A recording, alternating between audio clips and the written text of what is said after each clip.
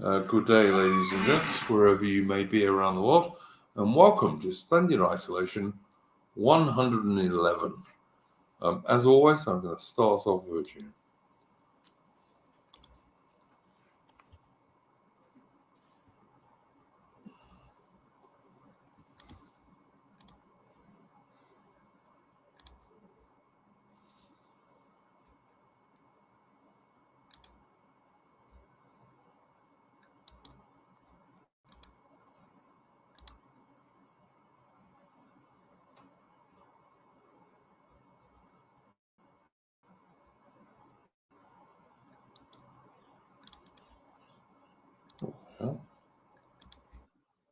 Mm-hmm. Yeah, I got it.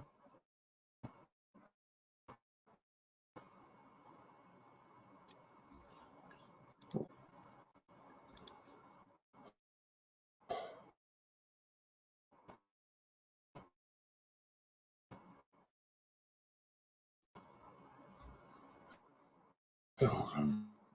Welcome.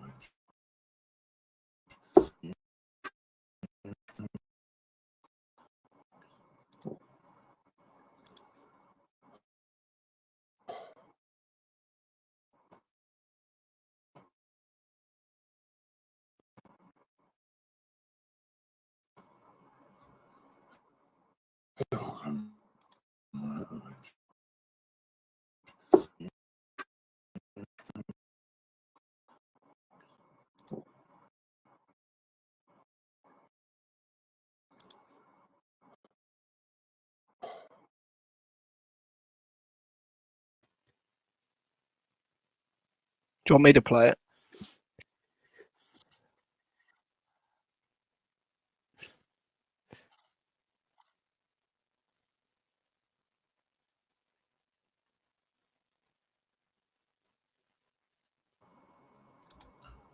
If I can fuck it up, I will. Yep. It's boomer stuff, yeah, I reckon.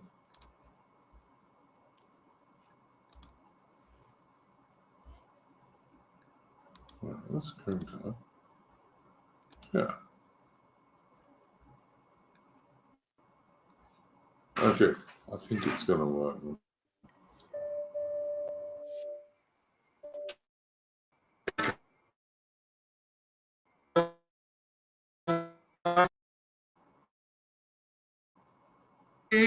Go bind hands to exile to serve your captive need. In heaviness, flock and wild, your new gods, sullen peoples have the land of child. Take up the white man's burden, in patience to abide, to veil the threats of terror, and check the show of pride. By open speech and simple, 100 times they claim, to seek another's profit and work another's gain. Take up the white man's burden, the savage wars of peace. Fill full the mouth of famine, and bid the sickness cease. And when your goal is nearest, the out a sword. What's love that hidden folly? Bring all your hopes to Lord. Take up the white man's burden, not tawdry rule of kings, but toil of serf and sweeper, the tale of common things. The ports ye shall not enter, the roads ye shall not tread. Go make them with your living, and mark them with your dead. Take up the white man's burden, and reap his old reward. The blame of those ye bear answer the haste of those she guard. The cry of all she human are slowly towards the light. Why brought she us from bondage, our loved Egyptian guys? Take up the white man's burden, ye dare not stoop to this, nor call too loud on freedom, to close the weary.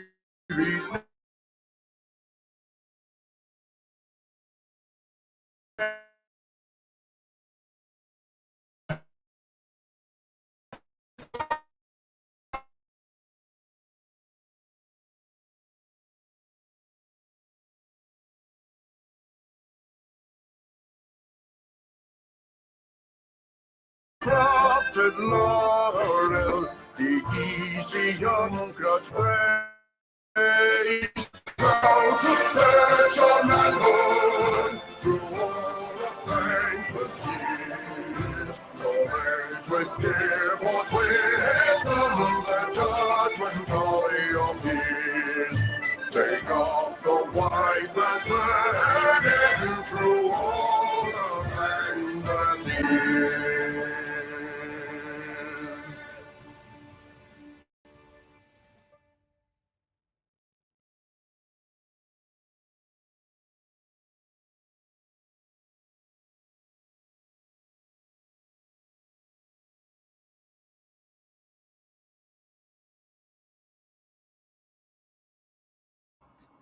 Okay, that was obviously the brilliant Chris Gard, excellent Australian musician and singer.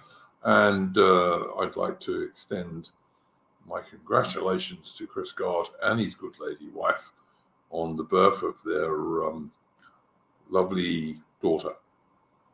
So, yeah, Chris Gard's just become a daddy, which I will only think will improve him.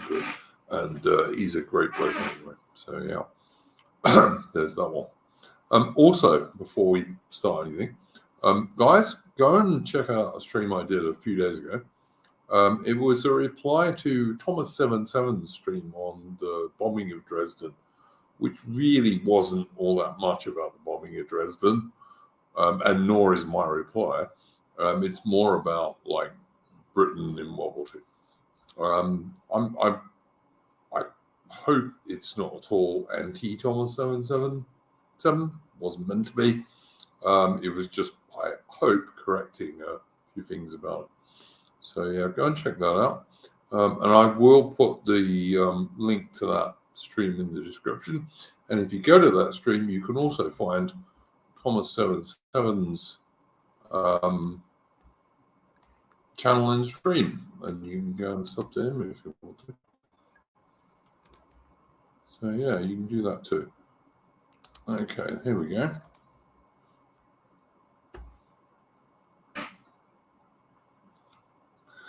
George Clogan says it was a good stream. Well, it seemed to be fairly well received. The only thing I forgot was I wanted to talk about the wild, sour, wild boar German fires, which on Thomas's stream, it seemed to be implied that has something to do with the U.S. Army Air Force 8th Air Force day bombers, when in fact it wasn't. It was a way of using the German BFW-109s and FW-190s against the poor bloody RAF Bomber Command guys, in addition to their night fires. And it involved like using searchlights and radar and all sorts of stuff. But I forgot to talk about that. But apart from that, I think I covered most of the stuff. Gentlemen, how are you going today? Mitch, how are you doing? Same old, same old.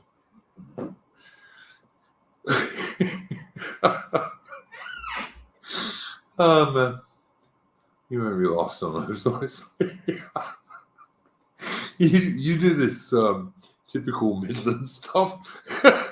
It's so funny. I'm not having a go at you at all. It's just like, it's a regional specific thing, I think, to some degree. But yeah, well, I'm happy to have you with us again, and of course you've got you've got a Tolkien avatar today.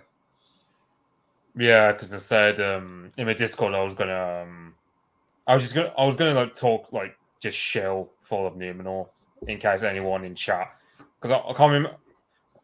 Hasta La Vista guy was saying about he was considering buying it. So yeah, I was talking about. Is this his book with the illustration? You've been putting the illustrations up in the Discord, yeah? Yeah.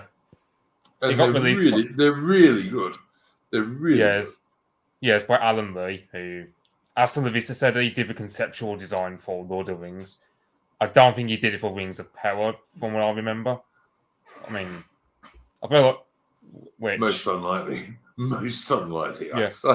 I mean, I've heard from people who rage posted about that, but the only thing they found positive about it was sort of screenshots, like some of the artwork they did for some of the geography from Middle Earth that exported into Rings of Power was done all right, but everything else. I couldn't watch any of it, mate. Honestly, I couldn't. I watched quite a lot of shows slagging off, some of them from like real experts on Tolkien.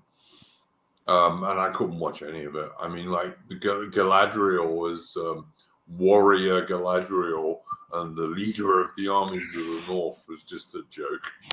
And like all the race swapping and stuff that had gone on in it, I couldn't watch it at all, man. I'm sorry. Yeah, the main thing about elves is that the word elf, its original meaning in Proto-Germanic, literally means white. So you can't blackwash a damn elf. So no, that's I mean, look, Galadriel in the Peter Jackson movies, who I think was the Australian chick, Kate Blanchett. Kate Blanchett, who I like as an actress, and I actually think is quite pretty. Used to be anyway. She's getting on in these days, but yeah, I thought she was great, and like she wasn't some poor little woman, you know. But equally, she wasn't going around beating guys up and doing sword fights, which chicks can't do. You know, if anything, you know? If anything, going off what the Fall of Numenor said, her main strength was because she was of a Noldor, which the Noldor are basically like the craftsman version of elves. They love knowledge and craftsmanship and whatnot. So because Galadriel was of that background, she was able to get the dwarves and the elves to start working together to fight against Sauron. That was one of and these guys lived like the elves lived for like thousands of years, right? They were almost like they didn't die. They lived so long. Yeah, they're generally immortal, and you had. Well, the thing was, they have something called the fading, which is basically dementia, and because of that, Sauron was able to corrupt them by saying, "Okay, I'll forge these rings that will give you vitality." Because the thing about these rings is, they push you on to become the very best of what you wish to be. So, for example, if you're an elf, you can become far better at craftsmanship as a Noldor, or if you're an elf of Lindon, you can become a better shipwright or whatever. However, are you kind of an aficionado of this Tolkien stuff? I don't want to be narcissistic and say, look, because I mean, I do read a lot of Tolkien every year. Like, for example, because Tolkien's birthday. I was just thinking, because like I invited Nathan CJ Hood to this stream. He probably can't make it because I know he's probably busy. But at some stage, maybe I should get you and Nathan to come and talk about this, because Nathan's a big fundy on Tolkien as well, which might be quite interesting. Because I like Tolkien. I don't claim to be any sort of expert, but like I always like the books because they're basically, well, I mean, the Tolkien himself said that they're myth for England and Britain. You know, he said that himself. That's what they're for. That's why they're not particularly diverse, because Tolkien's Britain, thankfully for him, was not particularly diverse. You know, I mean, not talking about like there was a load of diversity, because there was loads of diversity in England, and then you had the Welsh and the Scots and the Northern Irish and the Irish and all the rest of it, but not like skin color diverse and culture diverse totally, you know? Does that make sense? Yeah, I get you, because I mean, I'm mainly interested in Tolkien as of like, just because you take, for example, like in Fellowship of the Ring, where there's a whole section about how the Shire was created, very similar to how the Anglo-Saxons set up England. So Yep. It's like you can. It's like, if, for example, if you're very much of a history guy, Lord of the Rings can also be a sort of outsource into that as well. Yeah, you can read like a lot. Obviously, Tolkien, he was a professor of Anglo-Saxon, and he has a deep knowledge of not only Anglo-Saxon history but also Germanic history, the Norse history, and to some degree stuff like the Byzantines and all this kind of stuff. And you can see elements of nearly all of that within Tolkien. Yeah, it's like, for example, in terms of it wasn't just like a historical guy; he was also a massive linguist as well. For example, apparently he studied Finnish when he was at university and also an adult, because I know he did that. Yeah, and I believe Finnish is quite a difficult language, isn't it? It's not. Yeah, it's. I mean, Persian is closer to our language than Finnish is, so it's. Wow. It's pretty hard language to. It's like I can. I mean, in my spare time at times I'll study Hungarian, which apparently Hungarian and Finnish are meant to be close, but I mean, comparing the two, they're very distant. Like it'd be like comparing Hindi to French. Mate, or whatever. you talking to me about lingos is like me talking to someone about who's never had any history at all. Me talking about history to someone who doesn't understand history at all. It's like my understanding of linguistics is very, very basic. Yeah, it's. I mean, in the case of like, because in the case of the elves, they've got like, because Tolkien based the elves on two groups. You have Sindarin, which Legolas spoke in the films, which is based on Welsh, while you got the other, like, older language, which you call Quenya or Eldarin, which is based on Finnish, essentially. And you got the names of the gods who create Middle-earth. They've all got like very Finnish-sounding names, like Iluvatar, who sang the world into existence. And then you've got the other gods who are like Aule, I think I'm pronouncing it, who's the god of the sea, I believe. Now Aule was a god of like who created the dwarves. Like, then you got, I can't remember, Osse, I think it was, who was a god of the sea. It's like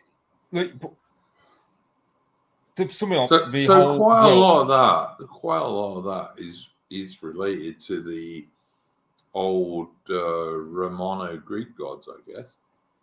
Yeah, like there's Egyptian pantheon where they're like, because Tolkien pretty much took inspiration from everything in Europe, Norse mythology, Anglo-Saxons, the Greek Greco-Roman pantheon, as well as Finnish mythology. Yeah, he took inspiration from everywhere in Europe, basically. And he was just steeped in history, Yeah, the only non-European bits of Middle-earth is the Black Speech of Mordor, which we reckon is basically Turkish in terms of how it works. So, well, that would make some sense. Nathan C.J. Hood is saying Olmo, God of the Sea. Nathan, I sent you in the Discord. If you look in your DMs, you can come and join the stream if you like, mate, and you would be very, very welcome. Especially as we're talking about Tolkien, which I know is one of the things you're interested in and know a fair amount about. So yeah, come and join us, mate. But yeah, for sure. I don't know, man. Tolkien to me is quintessentially British and North European, or Northwest European even. to a large degree. Yeah. But as you say, he knows lots about all of European history. I mean, he was a professor of Anglo-Saxon. He was a British soldier who fought on the Somme, and the best type of Christian gentleman, I guess you could say. Yeah. So you get the character Faramir, who, for example, you can tell with a character like Faramir in the books, because I reckon how the films did Gondor, they didn't do Gondor much justice, and especially like Denethor and Faramir. But in the books, you get Faramir, who is essentially kind of like the ultimate sort of Christian soldier. Like he'll fight to defend his homeland from the orcs, but he doesn't pride himself in killing. Like he just does it as a duty. And then I mean, Faramir was a bit of a self-insert character for Tolkien himself, though, wasn't he? Like he's one of the few characters that is like ultra reasonable in the face of like the Ring's corruption and stuff like that. Yeah, because I should know this because I read the books a month ago. But yeah, because you have Faramir in the films who's shown to be very seduced by it, but in the books he's not as seduced by the Ring as is made out in the film, because he's mindful. Because he's mindful of the fact that, you know, because Frodo and Sam tell him, look, this ring is what led to Boromir's death. Like, it corrupted him. Fortunately, Boromir came to his senses and he sacrificed himself for Pippin and Pippin and Merry. But like the thing is, yeah, this ring, it corrupted Isildur, which is my profile pick. Isildur especially. In the Fall of Numenor, he goes into town about how he was very important to the fight against Sauron. For example, when Sauron corrupts the island of Numenor, he corrupts all the men there, so that they start declaring war on the gods, who gave the Numenorians long life, as well as great love for learning, but gave them limited lifespans, like 400 years at the maximum for Numenorian. Terrible. Yeah, the thing is, like, the Numenorians, to sum it up, they were men who had elvish minds. It was never going to work because of that. That was the main problem with them, is because they themselves were a mix of elvish and human stock, because Elrond's brother, Elros, he chooses to live among men, thereby forsaking his immortality, and he asks Ilúvatar for an island where he can set up, you know, the ideal half elvish, half human race. That then creates Numenor. Numenor exists for 3,500 years until, because the thing about the Numenorians was, in the early days, they were generally like the Roman Empire. It's very civilized. I got the impression from what I saw from like Rings of Power that it was all about the Galadriel, the general of the armies of the north, jumping off several ships in the middle of the ocean, and I'm taking this, mate. But yeah. I don't think it had anything to do with Tolkien whatsoever, to be honest.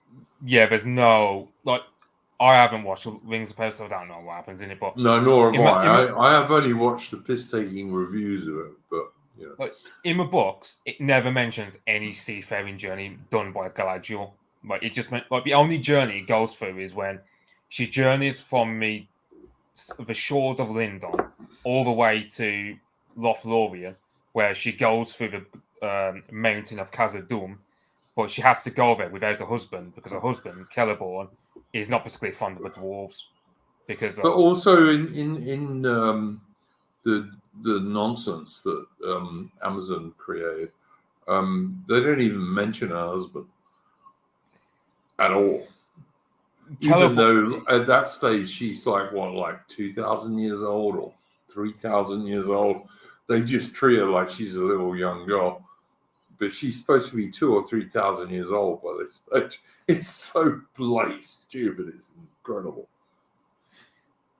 Yeah, Celeborn was he's actually quite an important character, like in Middle Earth's history as well. So that's just them further deviating from the actual source material to begin with, because Celeborn, I can't remember what elvish branch he came from. It wasn't the same as a Noldor, but he dislikes the dwarves. But Galadriel, because she's of a Noldor stock, she's able to get the dwarves of Khazad-dûm and elves together to fight against Sauron, because what happened was, after Morgoth got defeated, the men of Middle-earth, a lot of their land was ruined, and they just generally regressed. Like, a lot of technology they forgot, until the Númenóreans show up and pretty much teach them the best technology as possible. They work in a similar way to the British Empire in India, where they bestow upon them technology and whatnot. However, the Númenóreans, after time, they begin to fear death, because they hate the fact that the elves have the same culture, well, very similar cultural habits to them, but the elves have immortality, whereas the Númenóreans, who share very similar habits like love of learning and love of animals, etc., they don't get immortality. They can't go to the Undying Lands, and they're banned. They just live to like 300 or 400 years or so. Yeah. So then the Númenóreans, that would be really hard, of course. But yeah, Jesus, man. Yeah. Well, Adam, what's your opinion on this? Since I know you've like read Tolkien and whatever. Yeah, I have. I've never really dug too much into the lore beyond just the actual stated books themselves. I didn't know Mitch had until a day or so ago, but it's interesting because, like I said, I'm a big fan of Tolkien because I don't know, how do you be more British than Tolkien? Tolkien was like an English gentleman born in South Africa originally, but an English gentleman, fought in the Battle of the Somme in 1916 as a British soldier. He was a professor of Anglo-Saxon, and then he wrote The Lord of the Rings and everything around it.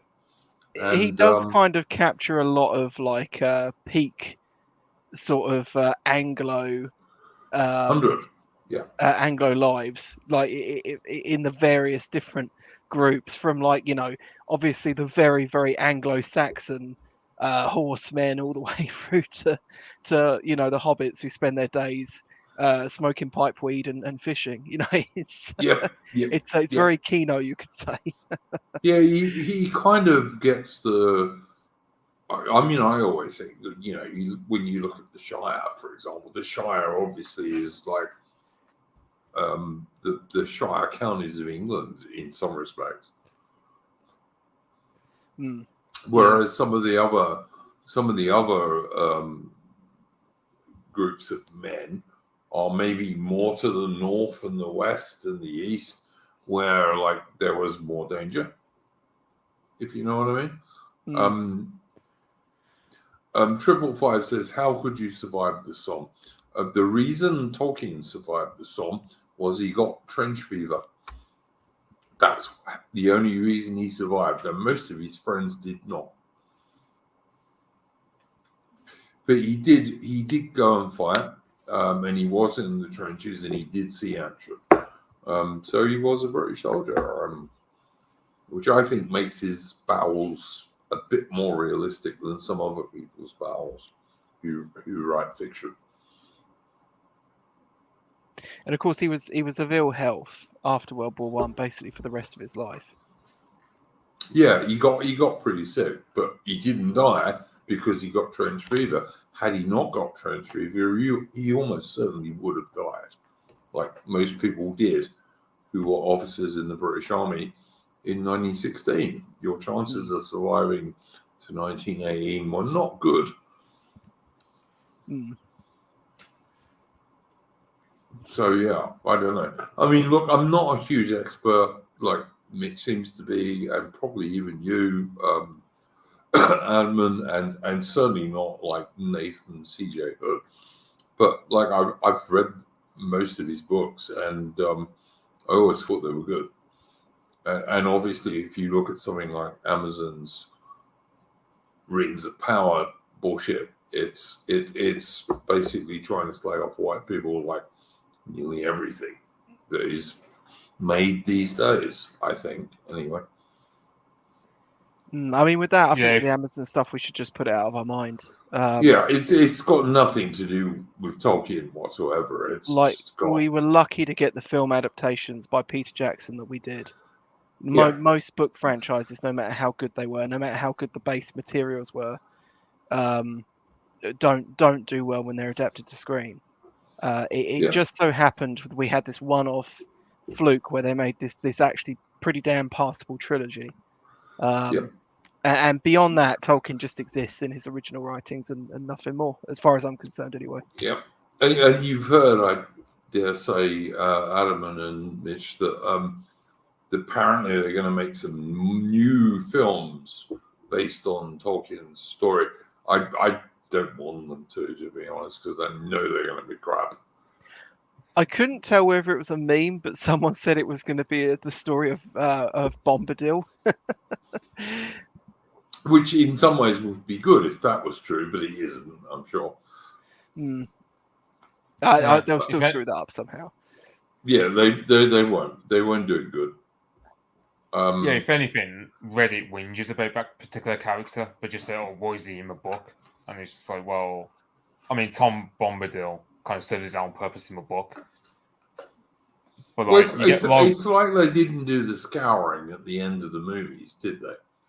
They didn't do the scouring of the Shire at the end of the films. But it's difficult to see how they could have done that in a good way for the films, because it's kind of an anticlimax from where they went to, isn't it? yeah, it's what. So they it works in a book, Sauron. but it doesn't necessarily work in a film, is what I'm trying to say. Yeah, because if you take, I don't know, Frodo, like the four hobbits returning back home and they find that Sauron and Grima have taken over the Shire, even though they've vanquished Sauron, it kind of it just makes you think, oh, it feels like it's never ending. Whereas in the film, how they've ended it is they all go their separate ways. Like Frodo goes to the Undying Lands alongside Bilbo. Sam has his family. Peregrine and Merry stay in the Shire and generally live the Hobbit way. Aragorn becomes king, yada, yada, yada. Yeah, I mean, Tom Bombadil in the book is kind of there to set up the idea of like the whites and the undead as an idea in the story, because when it's introduced in the film, it does kind of catch people a bit by surprise, because it's not the idea that there could be like the undead is kind of not really mentioned at any point in the films up to that point. And then it's kind of sprung on the audience all of a sudden. That's it. As in the books, you find out about it literally in the first book, and it's really not surprising at all. I think there's a lot of big differences between writing a novel and like making a film. Obviously, and Nathan C.J. Hood in the chat says Tolkien himself said that Bombadil and the scouring should be cut from any film adaptation, and it's difficult to see how you could do that in a film adaptation. I mean, especially because these were like the three films that the New Zealand dude made. They were long movies, they weren't short. And the book, because the film has this effect where the third one, Return of the King, has this effect where it kind of has several endings and it just keeps going and going. But the book does that.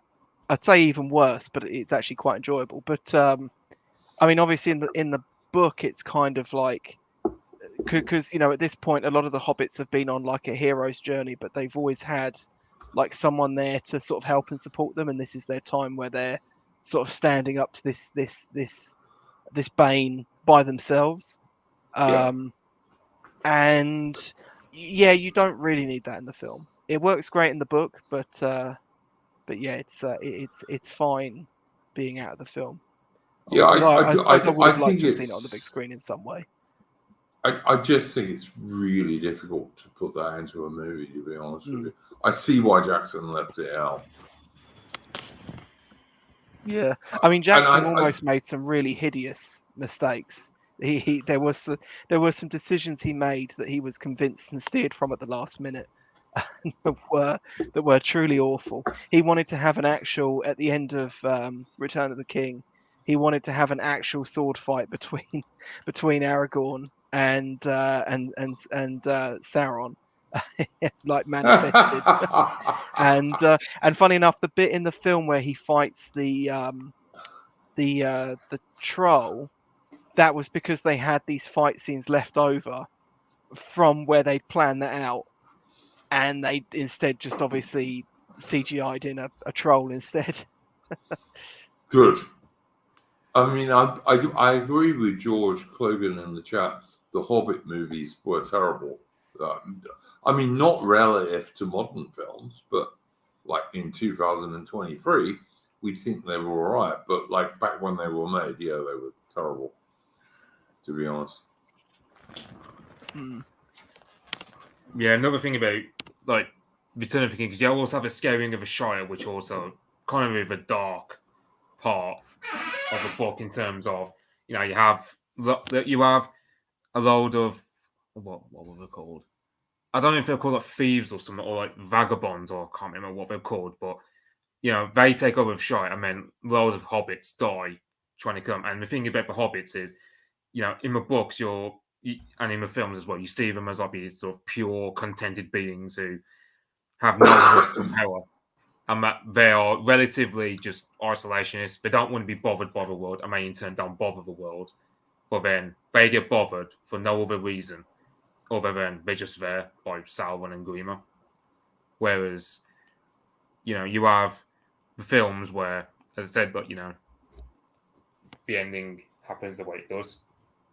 And I'd say the film ending in like because I'd say it's generally good about a film series if they do things better than the original books, and Lord of the Rings certainly fits that mold where they improved on the book series in some ways. Yeah, I mean you're right that it's excessively dark, Scary in the Shire. It's you know, because they kind of come back from this sort of heroic quest to find that they've kind of lost their home essentially, and not only that, but Adam, do you think that's not a bit like what happened to Britain after World War I? So hang on. So there's also an aspect to which they have not only kind of sort of physically lost their home, but the people who still exist there are sort of dispossessed from their own sort of community cohesion of old, and you know, because there's elements of like hobbits turning on hobbits for, you know, the point of sort of keeping in the good books of the new sort of ruling class, you could say, the vagrants that have sort of come in and are enforcing. So are you suggesting, Adam, that maybe Tolkien, even after World War One, and I think after World War Two, it's even more clear what happened, kind of saw what was going on? Well, I think because there's a lot of like historical cycles woven into Lord of the Rings anyway, and anyone like him, especially at that time, there was actually a lot of writers who talked about this stuff. I mean, now it's actually quite rare to find someone that talks or writes in depth about how societies rise and fall. But back then, it was actually, you know, they were like a dime a dozen. So Tolkien would have absolutely been up on how sort of people become sort of broken down and grinded up. And indeed, some of that was already seen in like industrial England anyway, which I know he said that wasn't what Scaring of the Shire was based on, but still. But I always think that Tolkien would have got on all right with blood pressure, for example. I think, like, given, like, Tolkien was born in South Africa, so, like, he had some idea of, like, the British Empire and all this kind of stuff. And I just think that he might have glimpsed, because he was a obviously very, very intelligent men, what was happening to England and Britain after World War One. And of course, World War Two just enormously accelerated all of that stuff in a bad way. Like nothing good happened to Britain in World War One or World War Two. Yeah, and I mean, like a lot of people in intellectual circles were having these discussions back then, so probably. Yeah, that makes sense to me. You see, but you know, even a Zoomer with very little understanding of World War One, who's maybe watched a few sort of crummy red pilling videos on the internet, could probably read something into that and make some parallels. Like it's a pretty timeless story of community decay almost. well, I mean, look, I always look at it like, however you look at World War One, like Britain and the Old Commonwealth. When I say the Old Commonwealth, because I have to say this for people who don't understand what it means, the Old Commonwealth was Britain, Canada, Australia, New Zealand, and back in the day, South Africa. That was the Old Commonwealth, nothing else. It's difficult not to look at World War One and see all the best men, whether they be aristocrats or whether they be upper middle class guys or lower middle class guys or really just brave working class guys. All of the best men in Britain and the Old Commonwealth mostly got killed in World War One. They just did. Because they were the guys who were like going for it. Yeah. Ashton Duke says, how would Tolkien got on with Enoch Powell? I reckon they would have agreed on almost everything, to be honest. I don't think they would have disagreed with much at all. I don't like to try and ascribe anything to people historically, but I heard a rumor, and I've never been able to substantiate this, that the magazine that Chesterton's was it sibling or relative wrote in connection with the G.K. Chesterton. Yeah, G.K. Chesterton's relative. Sure. Wrote in relation to the to Mosley. That was like a nationalist magazine, like a British nationalist magazine. Sure. Apparently Tolkien subscribed to this, and wouldn't surprise me at all. Wouldn't surprise me. Yeah, I don't know. I've heard this. I've never been able to substantiate it anywhere. So if anyone does know that this is true, please let me know. The only thing I would say is what people often get wrong in terms of British nationalism is that Mosley was mostly based on Mussolini and the Italian fascists, not Adolf Babes and the National Socialists in Germany. You have to realize that. Well, I don't think because they were very different. They were very different groups. Adam, do you not agree they were very different groups? They were. They had some differences. I just don't think it's that important generally. I just like even if he'd been like receiving more support from you know old Uncle A over in the Germanosphere, like does it actually matter? Like he's still his own guy with his own political opinions and ideas. Well, except when the Italians surrendered, at which point the Germans like imposed their own rules on the Italians, which were not the rules that Mussolini and the fascists supported. I would have done the same. I mean, we're talking about Tolkien, and I think we should stay on that. But if you want to get into a geopolitics thing, if I was Germany and I had that soft underbelly, I would have absolutely done the same to secure it. Yeah, I didn't. No. Look, I nothing to do with the soft underbelly.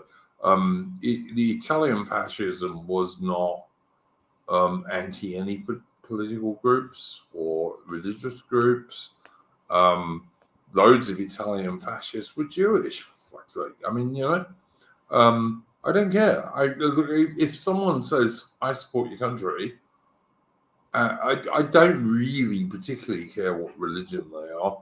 unless they are a totally different group with a totally different religion, if that makes any sense. I know some people on this DR won't agree with me, but that's my own opinion. Anyway, Horace, thank you very much for joining us. How you going, mate? Evening, lads. You doing all right? Not too bad. Not too bad. Yeah. I was just in the middle of editing the recording that we did that I'll try and put out in the next week. But yeah, I just thought I'd pop in, especially when the conversation turned around to like Tolkien, from the Hobbit to a mention of what was you talking about a second ago? That like politics, basically. I sort of thought I'd tune in for 10 minutes, but thought I'd jump on for a bit. But yeah, I heard that what Atman was saying, or was it you, Jake? One of you was saying that AK Chesterton, was it A something Chesterton? Not GP. Yeah. He put out this magazine. It was something a bit equivalent to like Heritage and Destiny, or or like I don't know. There's other magazines like that. I heard that Tolkien, but I heard that from Jonathan Bowden, and I've looked it up. I think it's a rumor, but it sounded like a confident rumor. I think it's true. I think it's true, Horace. I think it's true. Tolkien was a very conservative, traditionalist British dude. He was. Yeah, and he's probably not a fan of the sort of National Socialist origins of stuff like the National Front or the BNP, but at the same time, there's people like me who are like that as well. But it doesn't put us off, supporting these groups because they're concerned with the survival of England.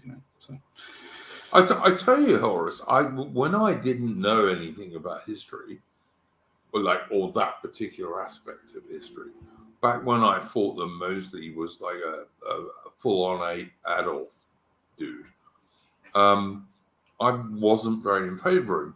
It was only when I discovered he was actually much more a Mussolini type dude that I thought, okay, he's nowhere near as bad as I thought he was. Because Mussolini wasn't a particularly bad dude. He wasn't. I'm sorry, he just wasn't. Yeah, I think fascism to him was a kind of he came from the left, didn't he? He was like Labour, wasn't he? Labour I thought he came from the right, then went to the left, then moved to the fascism, which is kind of fascism is kind of lefty to me, but it's right, it's centre right lefty, I guess. Third position, I guess. Yeah, it's maybe he started off as a Tory, then he went Labour for a little while or something. I don't know if he never joined Labour, but he was sympathetic to them on economics. But yeah, his fascism for him was mainly about economics, wasn't it? And about fighting the Great Depression. So yeah, I thought he was more inspired by Mussolini. Certainly wasn't against Hitler, but obviously Mussolini's regime was established by the time the BUF was founded, right? Oh, easily, Hitler was still on his way up. So yeah, Hitler was still fighting the electoral battle. But Mussolini had been in power since 23, 22? Mussolini to me is a much more reasonable human being than Adolf Babes, but that's just me. You don't have to agree. Well, yeah, he had a good chin, but I mean, he was also just about if you're an Italian in Italy, I don't care what your religion or faith is and all the rest of it, just be pro-Italian. And I don't know, what was it? I think something like 10% of the fascist party was Jewish, for God's sake.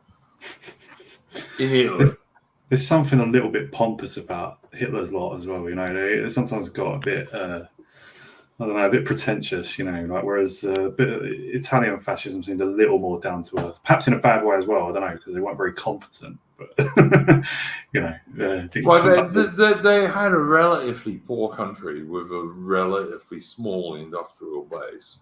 And also Britain only became enemies with Italy, as we talked about on our streams, Horace, because for some reason or other, Britain was going to support Abyssinia, which is Ethiopia these days, which I think is now 2 countries rather than 1. For some reason, no one could work out when Italian and British settlers and colonial administrators on the border between those countries got on great. There was no problem. Why did anyone care that Mussolini was going to take over Abyssinia. It Right, was a would- shithole. Was it primarily because at that time there was a lot of people like, I think, Stafford Cripps, but like people from the Tories and the Liberals, especially the Liberals probably, who really wanted to make the League of Nations concept work? What was it? There was like an organisation at the time, can't remember what it was called, but there was an organisation specifically to advance the cause of the League of Nations in the 30s, and it got pretty big. There was like really prominent people. Yeah, campaigning there for were it. there were twats like the dude who eventually totally fucked the UK up in Suez, who were involved in that. Yeah, You don't want to say his name or what? Is it I don't really want to say his name because he disgusts me. Anthony Eden? You mean? Yeah, Anthony Eden, who should have told the Americans, "Do your worst," but just surrendered like some poor little girl. Anthony the Useless. Yeah. But also, it was Eden who got Britain to become an enemy of Italy in the 1930s. And like the Royal Navy, which was by far the most important British service, it was still the biggest navy in the world in the 1930s, kept saying to the politicians, look, we can fight Germany, or we can fight Italy, or we can fight Japan, and we can beat any of those three. But if you want us to make a war, and it's going to be Italy and Germany, then you can't fight Japan. Or if it's going to be Japan and Italy, then you can't fight Germany. Like, because the Royal Navy's not bloody stupid, And they kept trying to tell these people this. And Eden insisted on making Britain an enemy of Italy over Abyssinia, which is like, Ethiopia. Who cared who ran Ethiopia?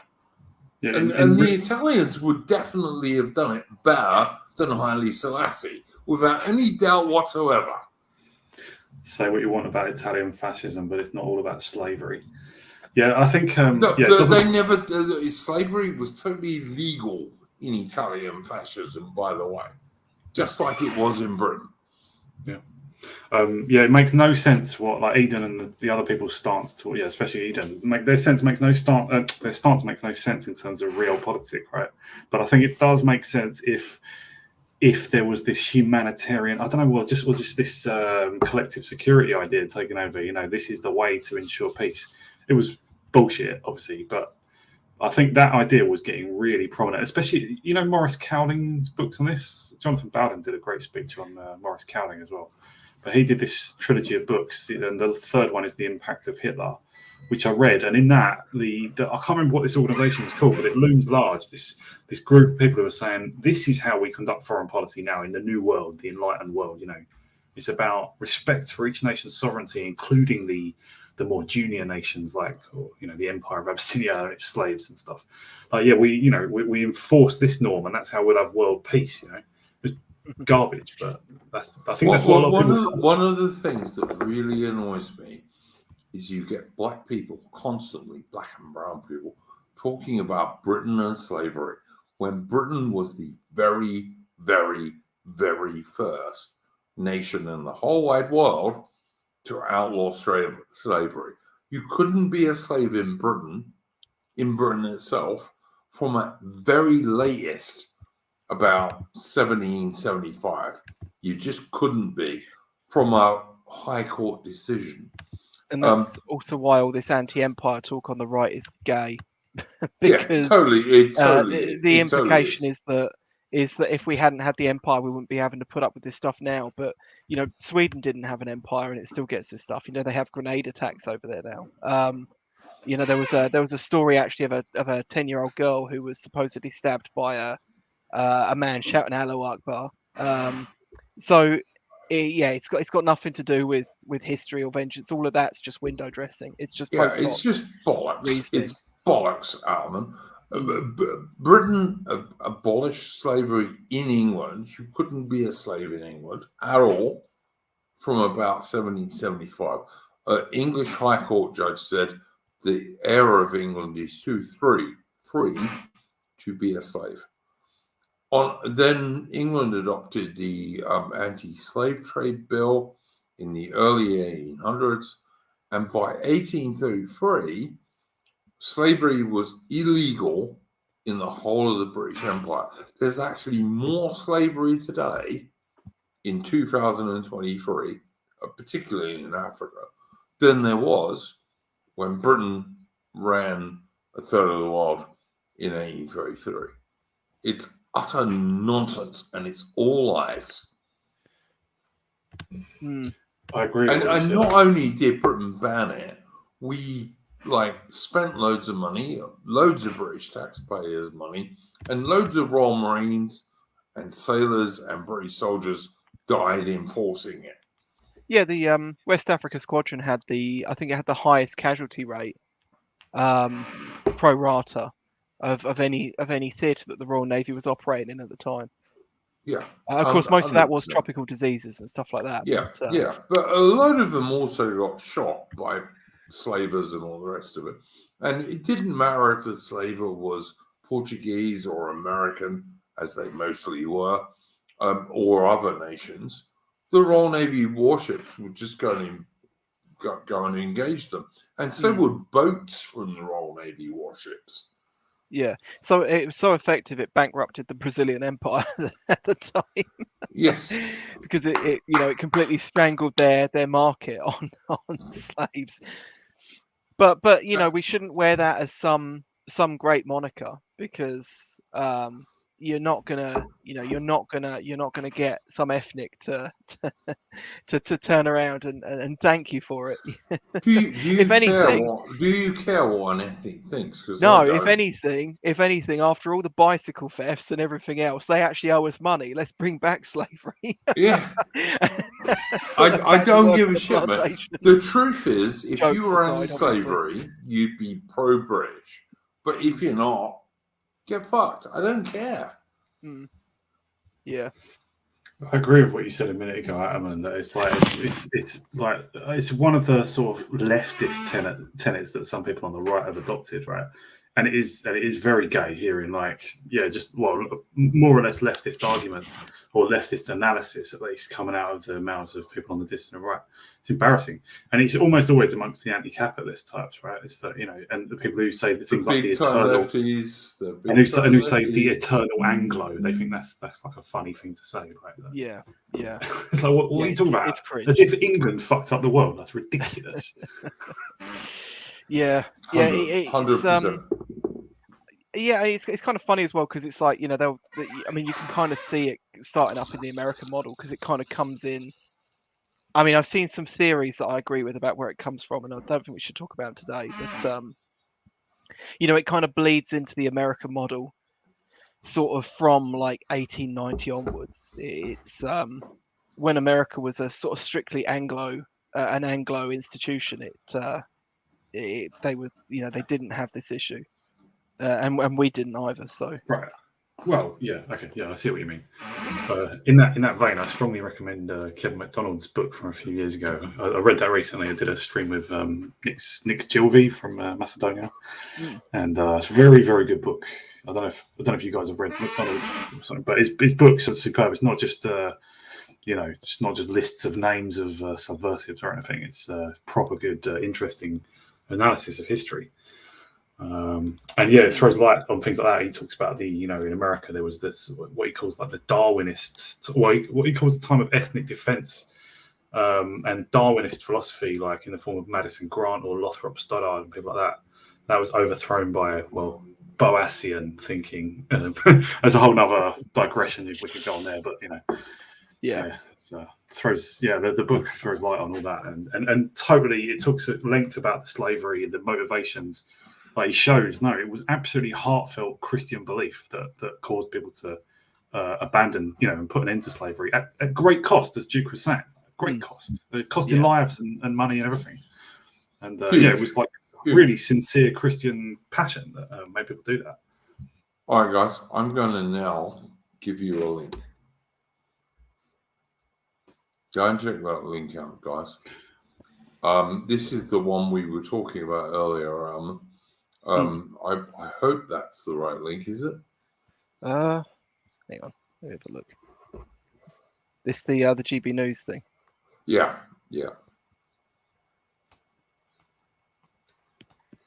I thought we'd come to a segue point here. Yeah, it is. Yeah, just on like the whole slavery point. I mean, I can remember seeing an article like a few years back where they tried to say, "Oh, well, Finland deserves diversity or whatever because they sold timber to countries like Britain back when we had slavery, and this is proof that and this timber was used to build ships, that the slave ships used in the Atlantic." But Mitch, we didn't have slavery back then. Britain. No, you're talking about 17th century, like as in back when. Well, all right, maybe in the 17th century, but in the 17th century, every human group in the entire world had slavery. Every single one, with no exceptions. Yeah, I saw a guy on Twitter, some random guy, trying to convince like a fellow right winger that his local pub here, sort of down Bristol way or something, had chains in the cellar where they used to chain up the slaves. Like a fucking sitcom or something. It's like yeah. There were no slaves in Britain from about 1775. So, like pre the American Revolution or the American War of Independence, whichever you would like to call it, there were no slaves in Britain. By High Court decision, you couldn't be a slave. The heir of England was too free. Right, Duke, cheers for having us on. I said I'd only pop on for a bit, so I'm going to get back to editing the recording we did, so I'm hoping to put that out this week. Whatever, mate. You're always very welcome on this. Richard. Yeah, really. Yeah. You're an excellent historian. I like talking to you. Go on. Too kind. Yeah. But it's been good, lads. Enjoy your evening, and I'll speak to you all soon, all right? Yeah, talk to you later. Cheers, guys. All right, we must now talk about this link I just put in the chat because we must. Alan, you brought this to our attention. What do you say? Well, yeah. So that's the link is for a GB News documentary, which we've mentioned on the stream before, about the grooming gangs. It's called I think it's called something like "Grooming Gangs: Shame of Britain" or something like that. It's a good documentary for something that you can watch on TV. It's probably the best we've had. Besides maybe I've just put it in the chat again, by the way, guys. Yeah, so people should check that out and watch it. It is genuine. I do genuinely recommend it. But the reason this has come up again, sort of into the news cycle, or at least it will be, is because this lady, who's very unfortunately called Dr. Ella Cockbain, and she's a white girl, I do believe. Yes, yeah. She's announced that she's complaining to Ofcom about it. She says it breaches Ofcom's code on due accuracy and impartiality. She said it promotes racist tropes and is harmful to abuse victims and survivors, and is likely to fuel yet more hate. So in other words, it's saying Pakistanis and so on are doing this stuff, but you shouldn't say it for like reasons. Yeah, it's it doesn't. She hasn't actually provided any examples of what exactly she has an issue with. But for anyone, because there were some people who actually thought that this was a joke. They're like, this has got to be a troll account, surely, with a name like that. But this woman's actually been around for a while. She wrote op-ed pieces for the Guardian back in the day, basically deflecting from and creating misdirection for the Grooming Gang News as and when it was coming out. She wrote an article for them back in December in 2020, and she was basically, this was when the Grooming Gang report by the Home Office came out. And look, every single thing you see making excuses for these scum are from women. if they're from white people, they're from women, every single one of them. And I'm sorry, Lady Charlotte, I see you in the chat. I'm not saying all women are bad, but my God, how many women are bad? There's a lot. And this is like, let's be honest, you're talking about little girls from 11-year-olds upwards. You're not talking about like really bad, nasty people. Some of which Like, were murdered as well. Like that's another Yeah. thing that she kind of, that people like her, you kind of wonder if they even sort of understand what it is that they're deflecting and playing cover for, you know. But some of those young women and girls were killed by these grooming gangs. Yeah, they were absolutely right. And of course, you have the occasional thing where, like, the vast majority of these girls had no dads. But where they did, you had the notorious case of a dad who went to go and try and save his daughter, and the police arrested him and not her rapist, even though she was like 30 years old. Yeah, and of course the thing is, like I mean, like that's another thing, right? She says racist tropes. The problem Yeah. is that the show promotes Really racist racist tropes, stuff. but Yeah. like you know, by, I mean, obviously not by her own distinction, but by the same distinction, would, you know, just racist tropes include the fact that those people were referring to those girls as, you know, white slags, which in of itself is a trope. That was the mildest thing they called them, Yeah, by the way. yeah, absolutely. Yeah. As Jobby said, it is a Fed Post honey trap, so I'm trying to be careful. But Oh, is that what I always think when Jobu comes on it, he's just trying to slag me off. But all right, if that's what he was saying, fair enough. But yeah, whatever. Look, these are little schoolgirls, 11-year-olds and upwards, and if we can't defend them, then I just think our people are finished. I'm sorry, I just think we are. yeah, but You have to defend little schoolgirls like that, for God's sake, man. but it's like, but yeah, it's right that it's a honey trap as well. He said, I sometimes wonder if tweets like that aren't flouted to elicit a response. She made a follow-up tweet specifically where she had shot a bunch of things that people had said to her, and you know, most of these were things that I actually kind of agree with, where they're like, Yeah, I bet I would yeah, have. like, you know, like, oh, you know, people like you are this, that, and the other, and blah blah blah. But there also were ones where people were taking it way too far, where they were saying like, yeah, you and your children will get, you know, raped by these people, blah blah blah, which is How obviously is that taking it way too far? because first off, you're kind of, you know, her children are not guilty of, you know, the Yeah, things I'm that leaving she's her done. children aside, And but the like, thing is as well is that it's just kind of playing into, because she can just turn around and use that as fuel. You know, it's just kind of playing right into their hands essentially. but they're not really lying if you think about it. Like, I mean, I don't. like the ultimate thing of what she wants. That's what it's going to lead to. I mean, that's an interesting conversation in of itself, isn't it? Because I did used to wonder if the whole feminist simping for Muslims was a trope, but indeed, she's right here doing it. So that's an interesting conversation in of itself. She could end up as the original British girl. What do they call those nonsense in that stupid TV series? Oh, I'm not sure. I'm not sure which one you mean actually. Well, there's only one. Where all the women are supposedly under the patriarchy, and actually they'd be damn sight better off than the Taliban.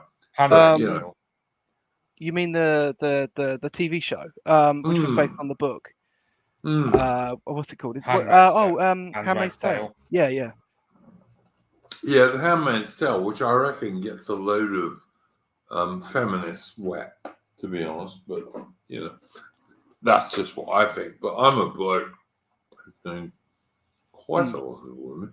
But I actually think that makes most feminists wet, to be honest.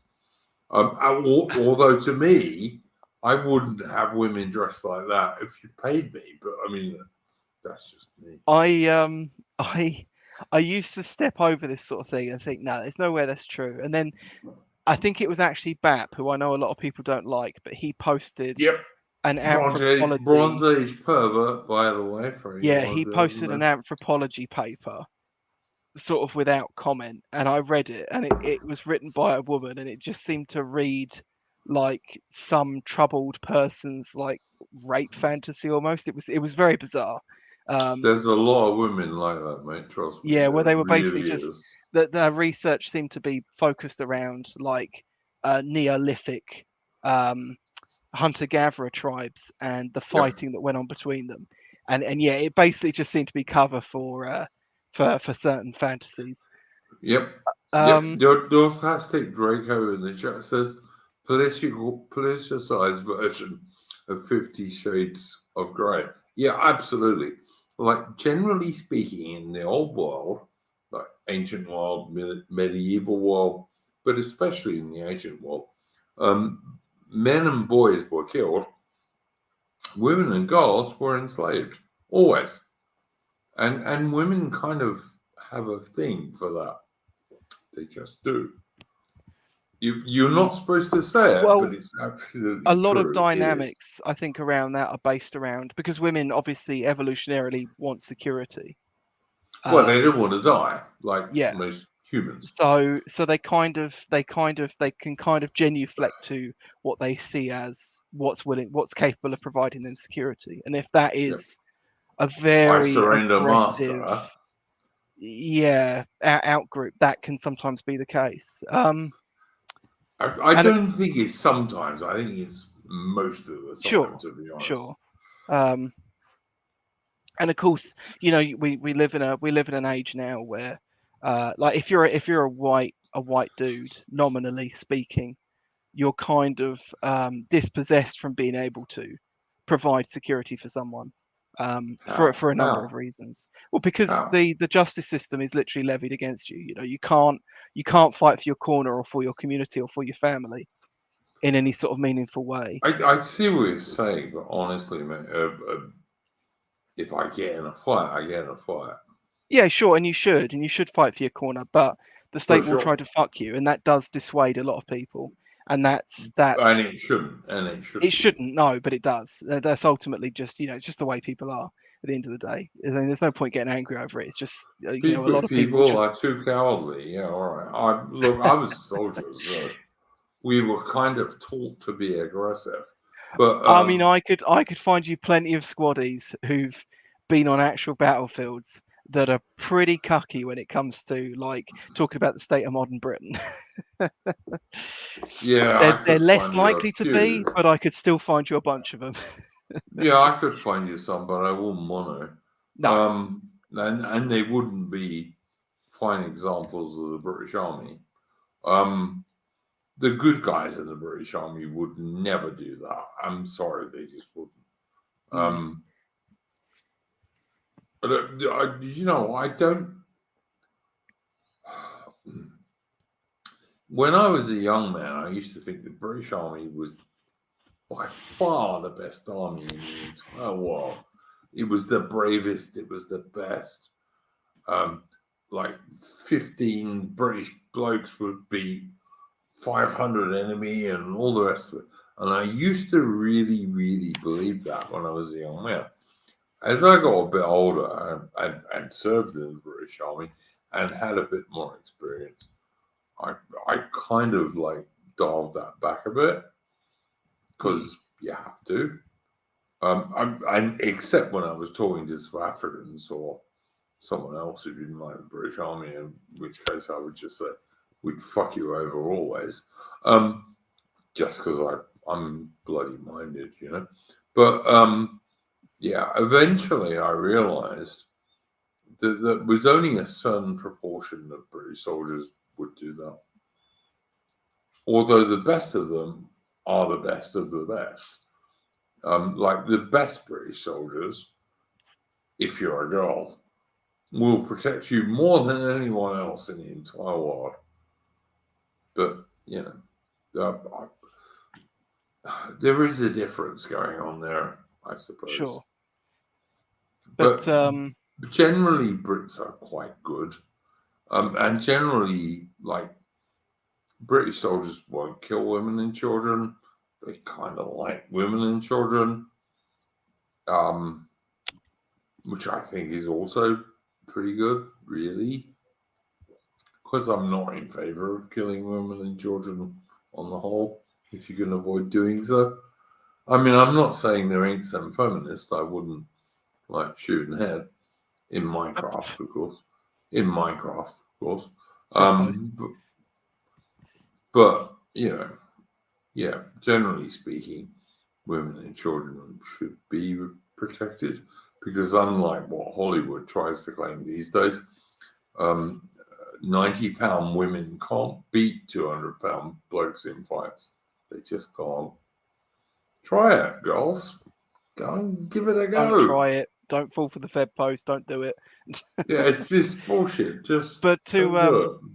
to go back to this particular woman and her particular claims, there's a couple of things specifically that stick out to me. There's a bit where so she takes umbrage with the use of the term in the documentary grooming gangs, because she says it's they failed to define it, and she says it's a disputed term with no legal meaning. Well, the thing is, she's written articles about it, she's written papers on it, the government wrote a paper on it. People know what the term means.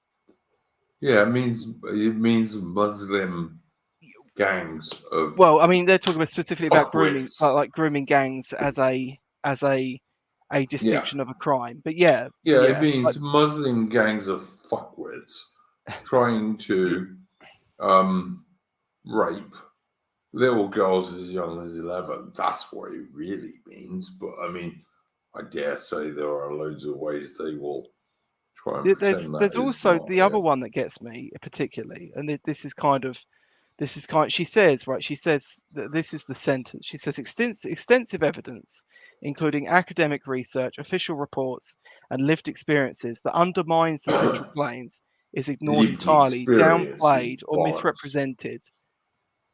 And then she says it promotes racial tropes. So she basically seems to be complaining, right? She wrote this article, right? She wrote this article back in late 2020, where she basically just repeated a line from the actual government report, where she says, "Oh, it's actually mostly white guys doing it." Look, every time you hear anyone say, in inverted commas, lived experience, that's a lefty, crappy, nonsense bullshit that you need to ignore. Every single time anyone says lived experience, bollocks. Because there's no such thing as lived experience. How do you do that? Well, I'd love to someone come and talk to me about my lived experience. Really would be interesting.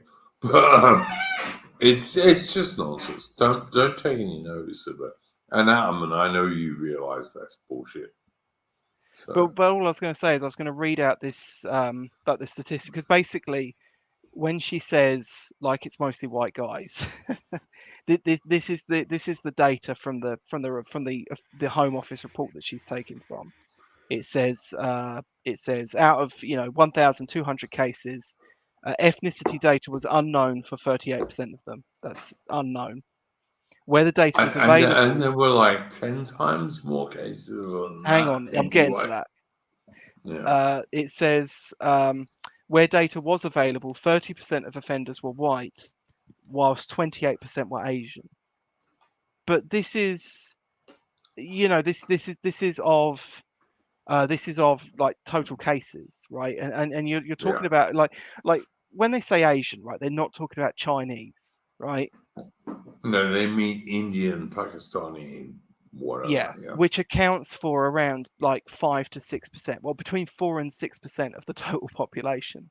So between 4 and 6% of the total population is, even according to government statistics, is doing 28% of this. 28%. And 85% which is whites, which includes, you know, like Poles who also Yeah. have who also run like sex rings and stuff like that of people that they bring No, in. they don't, mate. Surely. And yet that entire group put together is only committing 30%. You know, so she's literally, and you know, the funny thing is, one of the things that the lefties have picked up over the years is per capita, but they don't use it. They just say it. They just add Yeah. the phrase to a total statistic, and then they just throw it around, and they think it makes them sound clever because they've seen a few chuddy conservatives online do it. And then they'll say to you, source, source, source. Yeah. Yeah. And it's like, so the funny thing is, they'll still say to you when you point this out that pro rata statistics matter, right? And this is, you know, this is pretty extensive. But of course, the thing is as well, when they say, you have to look at that other figure, 38% of ethnicity data is unknown. Now, elsewhere in the Grooming Gang report, they basically imply that they say, well, due to biases, right? And they're kind of implying that the police are racist. They don't gather ethnicity data if the dude's white. Now, I assume most people here would But actually think it's probably. also, Adam, and surely, but in the Midlands and lots of towns in the north, the police are Asian, aren't they? They're still going to be overwhelmingly white, but so for example, like in that documentary, he specifically like what I was going to say was a lot of that ethnicity data, the places where the ethnicity data is the worst, where it doesn't record anything, is actually in towns where we knew there were prolific gangs operating. But You know, what I'm trying to say is, in a lot of those towns, there were Pakistani and Indian cops, weren't there? yeah, but they're going to be a small minority. Like the police are always everywhere you go, even in like black cities in America. There's still more whites as a proportion of the police force than there is of the local population. All right, fair enough. Because it's kind of like I just watch this and I think, who are you supporting here? Like little schoolgirls? Like I'm a patriarchy guy. I'm absolutely a male domination guy. But I actually think any society that does not support little schoolgirls who are powerless against everybody else is doomed. That's how much I think Britain, if we don't stop this, Britain is doomed. And as I said earlier to you and Richard, there's some stuff, there has been some recent stuff where British normies are protested against this shit. But if you can't protect your little schoolgirls against foreign rapists, how can you protect yourself against anything? But yeah, so I mean, the point I was making was about the missing data was that one of the things that they cover in that documentary that you posted the link for is that there was one particular story. There's quite a few like this, but there was one in particular which they cover in that where this girl, I think her brother's had his legs broken by one of these gangs, or he's been severely beaten up in some way, and she goes into the police station, and it's kind of presumed, we will never know, but it's kind of presumed that someone in the police station let the gang know that she was there, and the gang kidnapped her younger sister and told her that she had to leave, leave the police station and not report it. And so she did, because she didn't know what else to do. But we're also supposed to believe, according to these people, that the police were actually all just pro-white based racists and were just supposedly covering for like all these white rape gangs. And this is just presumed, right? They just assume this. But we there's- know there aren't many white rape gangs. no, not many. Statistically, very Like, few. but So the thing generally is, speaking, if what you're I'm a getting at nonce, is but what I'm if you're getting. a nonce, if you're a nonce, and you say to other people, "I'm a nonce," and I like little tiny white schoolgirls, that's not a way to make yourself popular with British people. Mm. But what I'm getting at is that the 28% Asian is probably a chunk higher. Oh yeah, sure, for sure. If we could account for all the bad data, I would actually put money on the fact that the Asian percentage of offenders outstrips the white, even despite the population proportionality. I'd be amazed if it wasn't over 50% now, to be honest. 50% would be tough, but it could be close. It could be in the 40s. It Yeah. could be in the high 30s, Yeah. or even the low 40s. But we'll never know, right? That's kind of the worst thing of it all, right? But I mean, Whenever you argue it with these people, they will post up, like, you know, this one story of like a white rapist. And it's like, okay, but the thing is we know about that you know, this Yeah. was investigated. There this are person was brought to weirdo justice. scumbags everywhere. Yeah. Yeah, it was the worst thing about this is that we'll never know. We'll never know. We'll never get to the bottom of this, not ever. That's you know, that's the sort of the thing that needs to be talked about. But we will never get to the bottom of it because the government didn't want us to get to the bottom of it, which is why all of these reports have been released partially and very, very, very late. Isn't that true? Mm. The government doesn't want us to get to the bottom of this because they don't want to know that, like, there's huge numbers of Pakistani and Afghan and what's that other shoal that used to be East Pakistan? Bangladesh. Bangladesh, yeah, thank you, man. They don't want to know that there are huge numbers of nasty rapists from those places who are preying upon white English schoolgirls, mostly with no dads. They don't, but they're all working class people, and so the government can ignore it totally because they're just working class people. Yeah, That's what I mean, think. but like Lady Charlotte says, you know, the police were utterly captured by Common Purpose, a left-wing think tank. Indeed, you can actually 100%. there's a paper written by Civitas called "Racist Murder and Pressure Group Politics," and they basically do a deep dive into the McPherson report. And it was basically, you know, it was a witch hunt. They were trying to turf out. And then assume that all of these small instances that they could dig up were actually indications of nefarious underground racism that they couldn't find any evidence of. Well, I And mean, it- imagine a couple of British cops rescuing a white 12-year-old schoolgirl from two Pakistanis. That's obviously racist.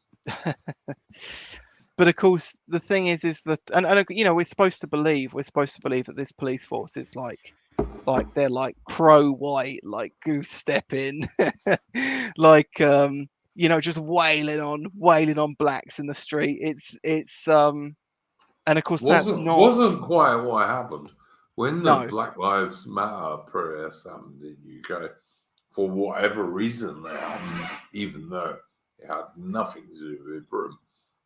Strangely, the cops didn't do anything to them. Whereas when there were protests against the lockdowns, the cops brought out their truncheons and their pepper spray and everything else. It's funny, really, isn't it? It's Yeah, almost sure. like And I there's a mean, bias. yeah, like some would say that maybe those cops were ordered, blah blah blah. But I think what's even more nefarious is you can. Do you remember when Theresa May said that they were gonna that stop and search didn't work and they were abolishing it?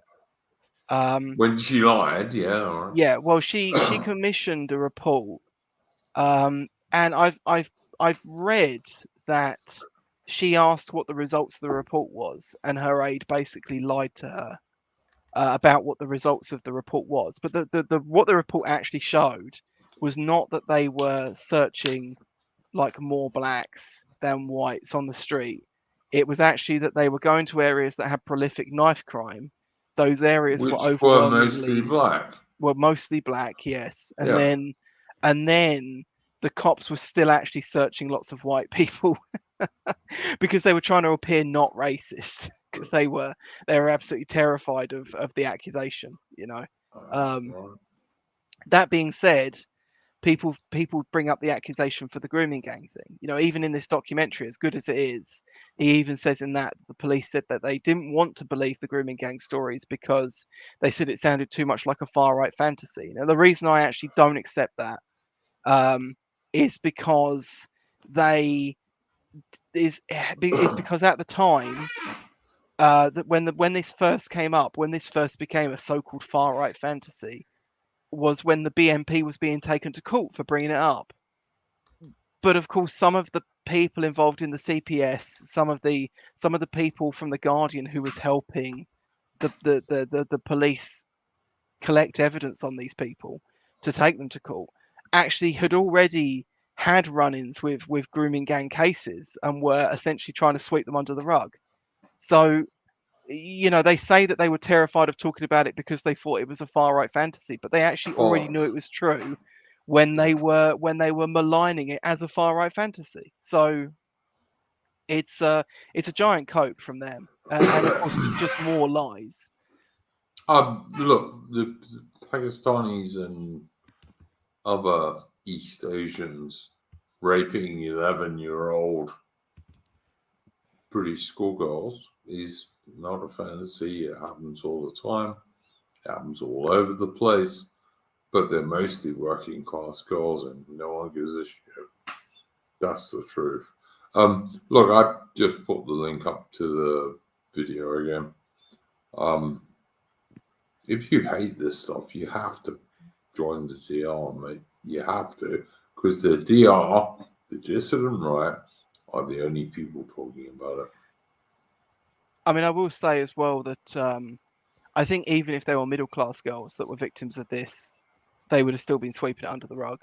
Yeah, And but they not would as much as like single mother working class girls. would have But had, yeah, it I would have been agree. a Karen narrative, though, wouldn't it? They would have said, Yeah. "Oh, you know, these are just typical rich racist bigots."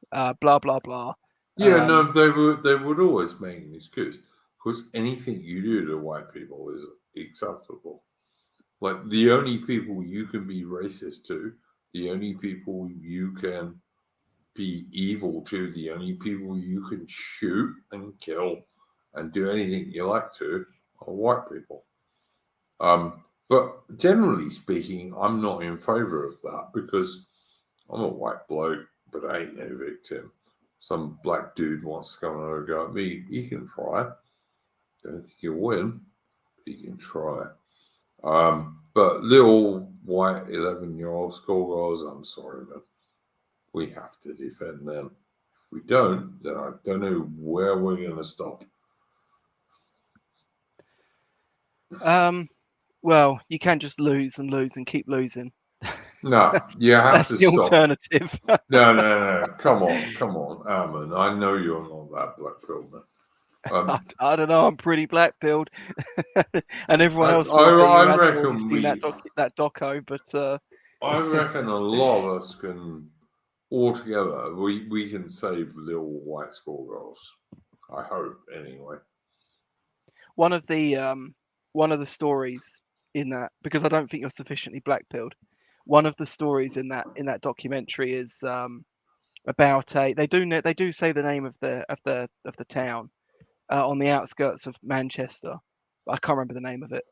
Where they had this house, and in the rooms in the house they had these like drugged up white girls in there, and these Muslim men would go in there, go to a room, have their way, and then write their name on a board on the way out of what room they'd used, what girl they'd used, so that they could be billed at the end of the month like a sort of Pakistani honesty box for rape, for child rape.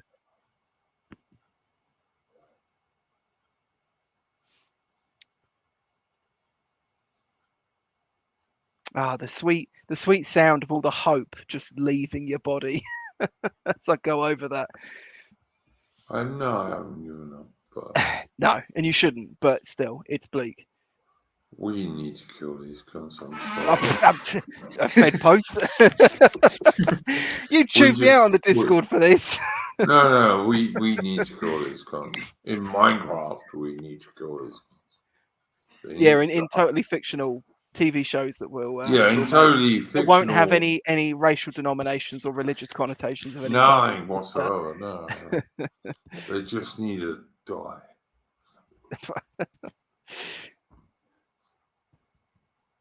I'm sorry, guys. But yeah, it's dark. Fuck. Should we change the subject and move on to something a bit lighter?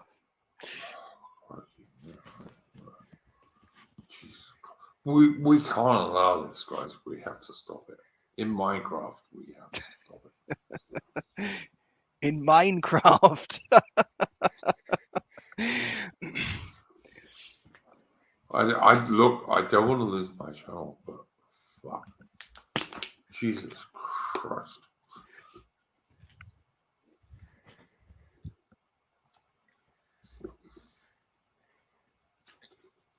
So anyway, next week we'll see you on Odyssey. Well, we will be on Odyssey all the time, but yeah. Fucking hell, Mitch, what do you think? I should have said I wasn't going to say anything on this topic because I'm in a fat policy mood about it, so I'm not going to say anything. Yeah, I know you're pretty based, mate. I'm not saying you're not. That's fine. Just as I know Alman is based, and what's his name who was on before is also based. Horace is pretty based. I'm sorry. I don't mean that. Did you have another subject? Because I always ask people if they have one, and we haven't gone very far. Notorious ABL. I'm not a big fan of the Austrian painter. I'm just not. Nothing you say is going to make me one. But I would kill every single one. Come on, Duke. Calm down. You don't want to have to privatize this later. No, I won't. I would kill every single one of these Pakistani bastards. You just keep saying it. That's not going to make it better. In Minecraft. I don't think that's going to save you either. I don't care. I don't care. If that happens, you know what? All right. If we can't save our own little girls, who can we save? Possibly nothing. But if that's the baseline, then we can. Well, then we're not. Then it's not worth me saving my channel, is it? Well, it's also not worth getting banned over. Because then you'll be of zero effect, as opposed to at least being able to. At least we'll be able to talk about these issues, even if just for a relatively small audience. Biaki is telling me I need to stop and delete this right now. No, I'm not going to do it. I'm sorry, I'm not. If I get deleted or I get deleted, I'm sorry. Can't deal with little girls being treated like that at all. I just can't. I wouldn't even deal with it if it was Pakistani little girls being treated like that by Englishmen, and it's not.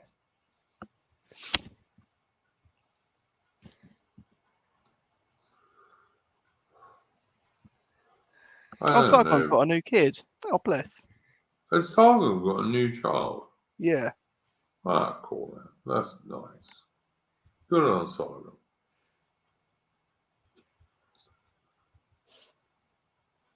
I'm not going to do that, Biaki. I'm sorry, I'm not. If I get cancelled, well, it'll show everyone the corrupt state we live in, I guess. I mean, that everyone who would see it would know anyway. So Yeah, but I'm not going to change this. I'm sorry. If you can't look after little schoolgirls from your own nation, right, but someone's Fed got- posting on your small YouTube channel is not exactly saving them either. So is that what I'm doing? Fed posting, yeah, Do you think? yeah. Mhm. You can't you cannot chew me out for saying what I said in the Discord, which was really mild compared to what you've just Mate, been I'm saying. not. I'm not, because I'm just trying to be real. I mean, It's Fed posting. all right. Well, I guess I'm fair posting. Fair enough. There we go. Anything else to add, Mitch? I'm not going to say anything on this. No, I'm not saying you have to say anything on this.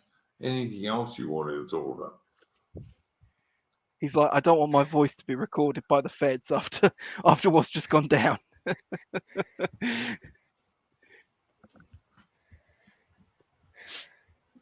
I mean, I've talked a bit before of Numenor, my book I was wanting to show tonight. So I think I've done that role fairly all right tonight.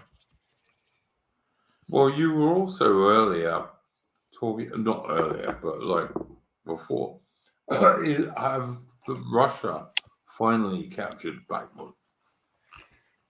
I mean, at this point, it's just a matter of time. Like, last time Yeah, it was it just looks all like pulling out. they're like 500 yards or something from cutting off the last road, aren't they?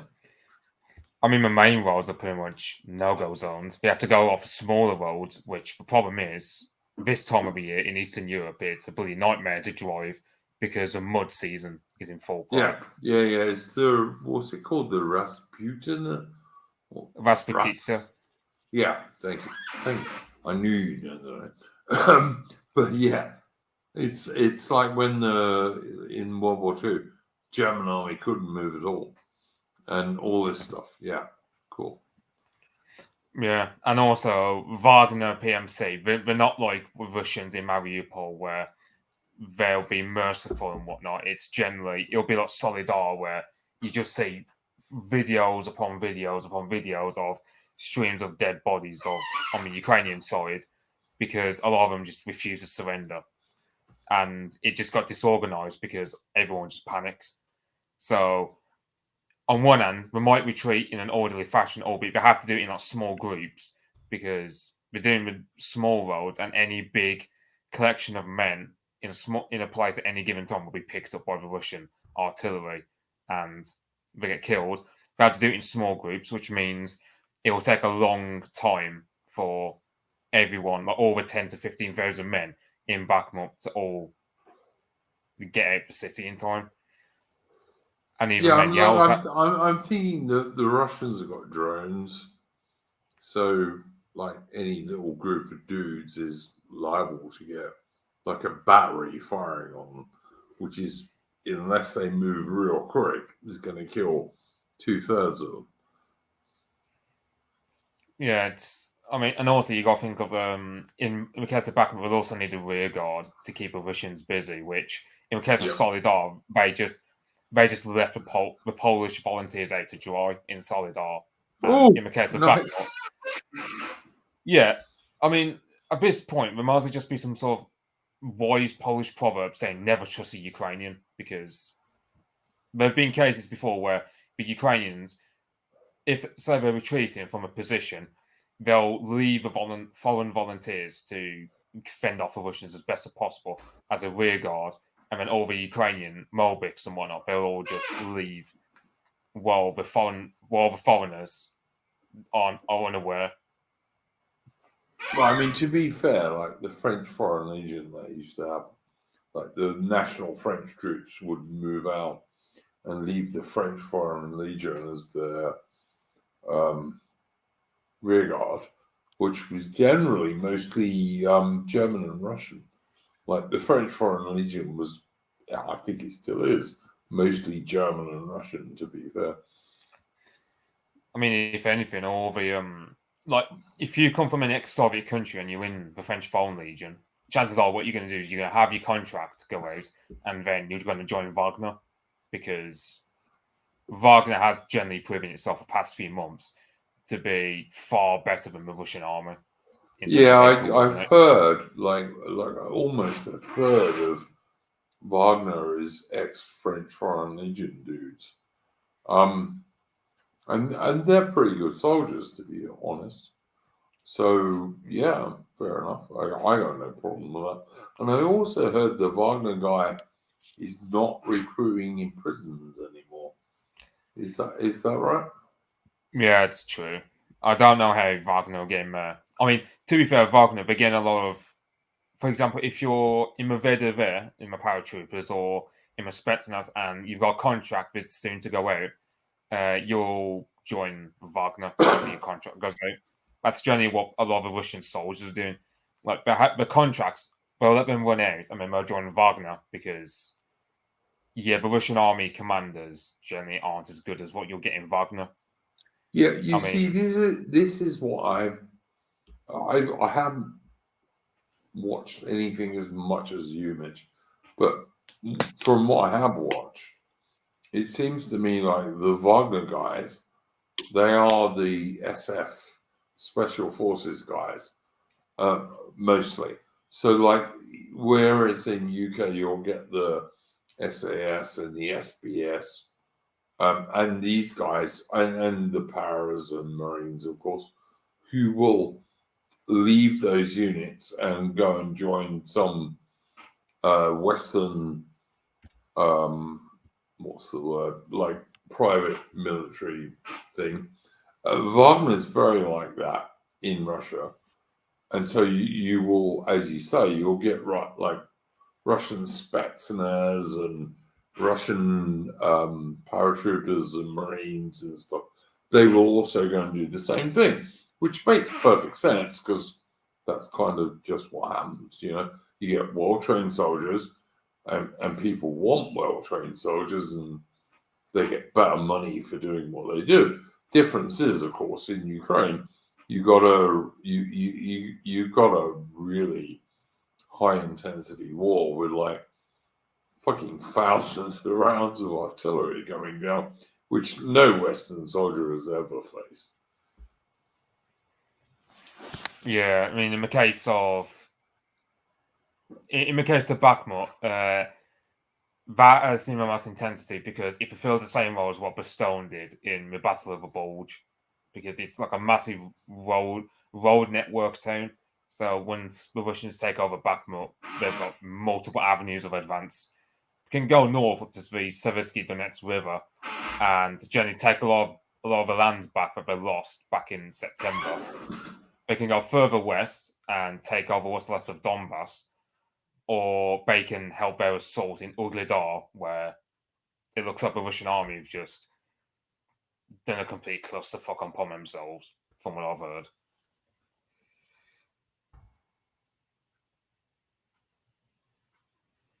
Okay, well, I still think Russia has captured Bakhmut pretty much, haven't they?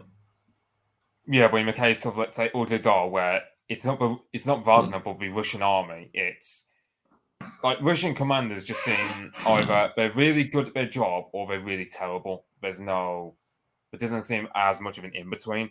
You'll get, let's say, battalion commanders who will generally retreat their soldiers in a very fatherly way, which is good for morale. But then you get the top-end commanders who it's like playing like a game of cards with them. Either you get a really good one or a really crappy one. And if you get a really crappy one, all you can hope is that your battalion commander is able to reinterpret orders so that they don't get the sack while also keeping the men alive and whatnot. So, for example, Mitch, I read that huge Substack you put up the other day from the dude who was talking about what's going on in Ukraine, and I thought it was a good article. And maybe there is some truth from what he said, that like the Russians today are trying to convert their forces from battalion tactical groups to brigades to divisions. Now that's going to take a while, obviously. Yeah, To me, that made some sense. But on the other hand, at the end of it, Russia's going to end up with like, I don't know, 7 or 8 divisions. The Ukrainians ain't going to have a chance of fighting against, really. Not for long, anyway. yeah, like from the summer, like they look a bit less than that. They need more infantry because, for example, there was that one photo where it showed like something like 10 Russian tanks and armored vehicles smashed a river crossing because they didn't have enough infantry to actually scout ahead. Yeah. Because of course, you know, when you're trying to cross a river, especially near a forest, it's doubly hard. It's hard enough when you're doing it where there's no vegetation around, but in a forest, yeah, you have to scout even harder. And because of that, the Russians got smashed in that area. Now, Oh, look, an Italian, a Russian tactical group with a tank company, 3 infantry companies, and a hell of a lot of like artillery, anti-aircraft, and engineer, and all the rest of it assets. Like one company of that infantry is absolutely got to be committed with your tanks. So you got 2 companies to do all the rest of the security, which you just can't do it with that few infantry. You can't. But as the dude explained in the article you put up, this was the Russians trying to make some sort of sense of their military system. So yeah, makes sense. Yeah, I'm not going to be spoiled. It just follows the usual historical precedent where the Russians make an absolute mess of the first stage of a war, but then they're onward. They just generally improve. They're not losing in Ukraine now, and only idiot Western people think they are. But, you know, I say idiot, I mean lying. They might be lying rather than idiot, but it's one of the two. Like, the Russians are not losing in Ukraine anymore, haven't been losing in Ukraine for a long time. And the Ukrainian casualties are vastly heavier than what Russia is taking. Although you got to feel sad for all of these people because, you know, America will fight to the last Ukrainian. So will Britain, I have to sadly say. We'll fight to the last Ukrainian. Yeah, especially when, so, for example, I listen to a lot of, for example, there's one band from the 80s called Kino, who were basically like a Soviet version of Queen. So all, like the Russians, the Ukrainians, for example, you'll see them in the comment section, just all, like, talking to each other rather happily about their common shared taste in music from like the 80s, back when we were in the Soviet Union. And it's like, you got these 2 countries fighting against one another because Victoria Nuland basically ganged the Ukrainians against Russia, and it's just a simple situation where it's, I'd say like Russian version of Queen. I mean, Kino is basically what happens if, say, because I say like Queen because Freddie Mercury died young, and the singer of Kino was a guy called Freddie Victor Mercury died young from AIDS, I believe, but yeah. Yeah. Then you got Victor Soy. Then you get the lead singer, Victor Soy, who a lot of Russians will tell you he got killed off by the KGB because he was making a lot of songs that were very critical of communism, but in a very implicit way. Whereas other people just say, well, he got drunk while driving and he crashed headlong into a damn bus in Latvia. Which is totally possible. Yes. Yeah, they're called Kino, or, you know, if I don't know, I might shill some of their music, seeing as people are interested in them there. But yeah, it's, you know, you get both Russians and Ukrainians, for example, in the comments where they just be like, oh, you know, Victor Soy would be very sad to hear of, you know, Russians and Ukrainians spilling each other's blood. So It's just one of The those Archie things in where, the chat is talking about Crete. I've been to Crete. Crete's cool. I really love the dudes in the mountains of Crete. But whatever. Crete's cool, by the way. It really is. Cretan taxi drivers are. They make Japanese kamikazes look like sensible dudes. But yeah, I do the mountains in Crete. Great. Sorry, I didn't mean to interrupt you there, mate. Carry on. yeah, I suppose the only thing about a lot of that music that I've just been shilling there is a lot of it is you can't find as decent English subtitles as you can for some other songs in other countries, basically. So you might get one song in Russian where you can get damn good lyrics translated, but then in other songs it's harder. So I suppose that's the only thing about, yeah. But like on Russia versus Ukraine, I mean, yeah, I mean you get,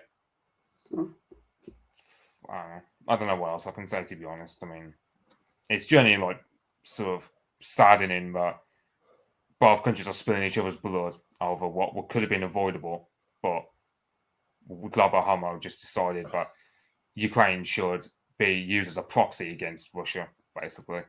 Mate, if I was a young man, I would be running to the recruiting office to fight for Joe Biden or Rishi Sunak, who are obviously the most pro-American and British guys you have ever met. I wouldn't walk to the recruiting office.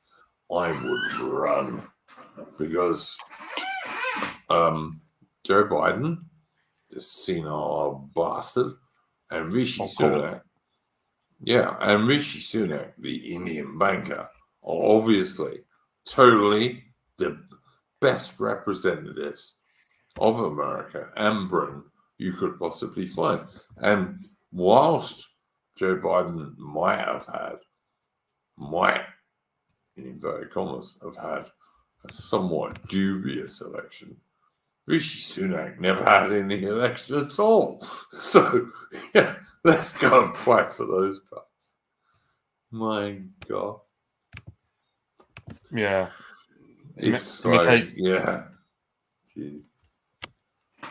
And look, and then I watched that recent speech that Putin did for I think it was the Russian Duma.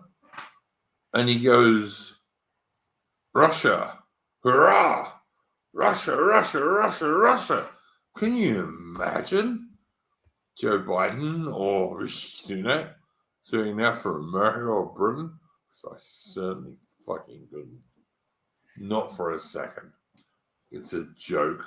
And if you still think that where we are in Britain or America is in some way, shape, or form a democracy, you're a twat, mate. I'm sorry. You're an idiot. Well, whatever. Anything you want to show? Apart from a Bowden Bomber episode. I haven't uploaded anything on there. Not yet, anyway. So maybe next week. But otherwise, no. But you Bowden Bomber's your channel, right? Yeah. People can go check it out on YouTube. He's got some great stuff on there, guys. A couple of little Bowden clips. He's got Bowden's speech that no one else has.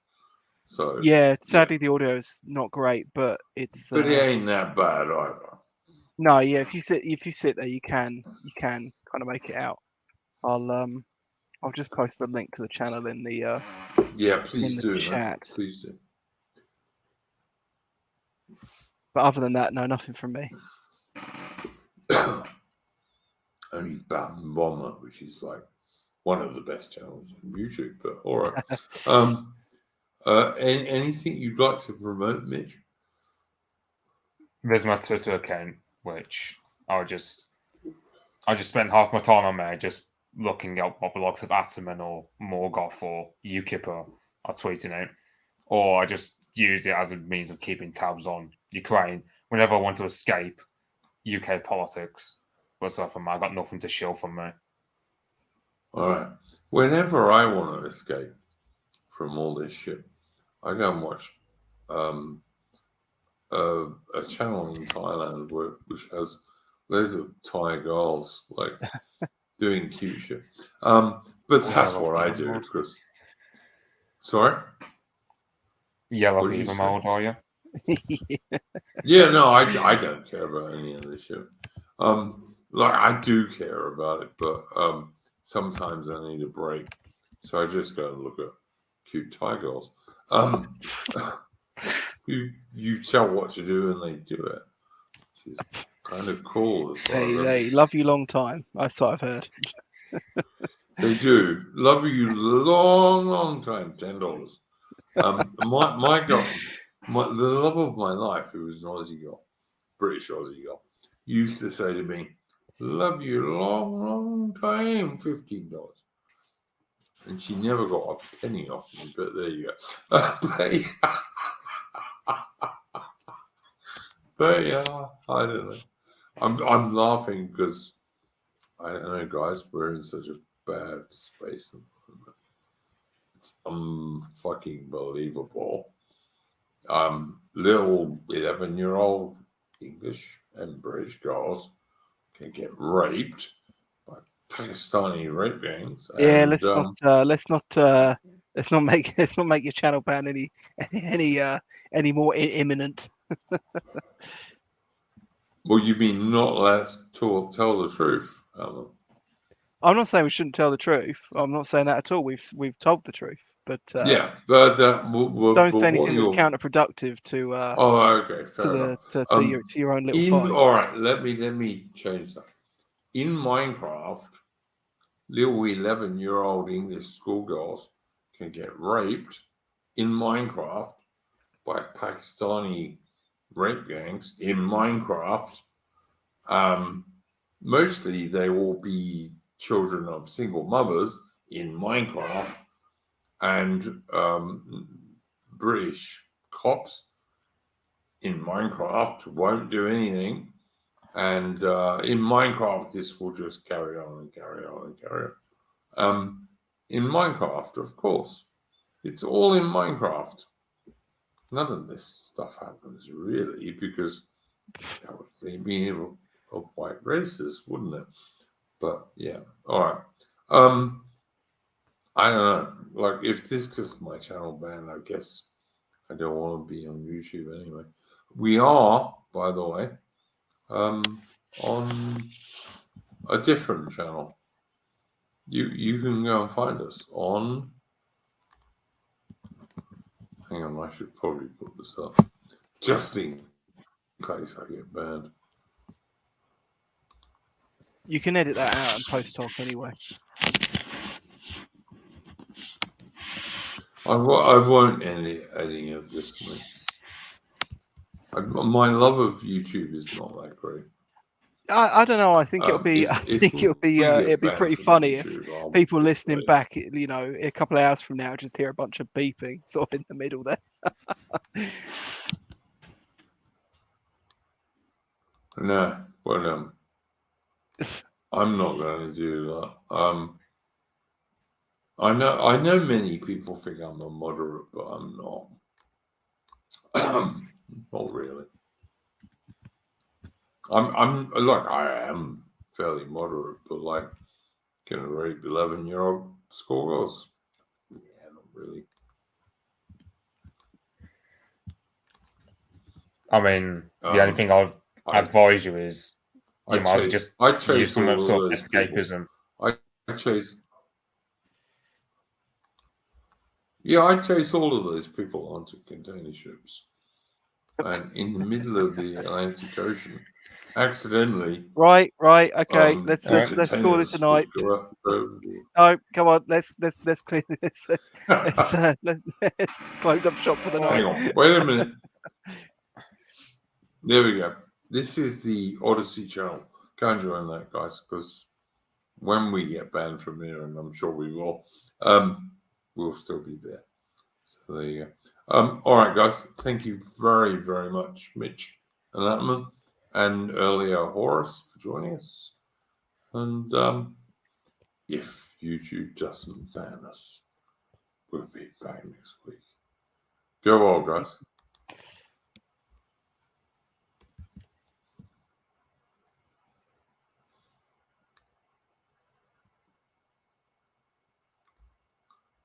Oh, hang on, I haven't finished. Sorry.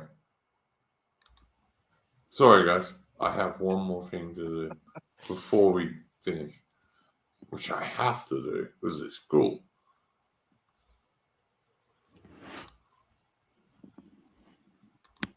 Jesus. Fancy nearly missing that.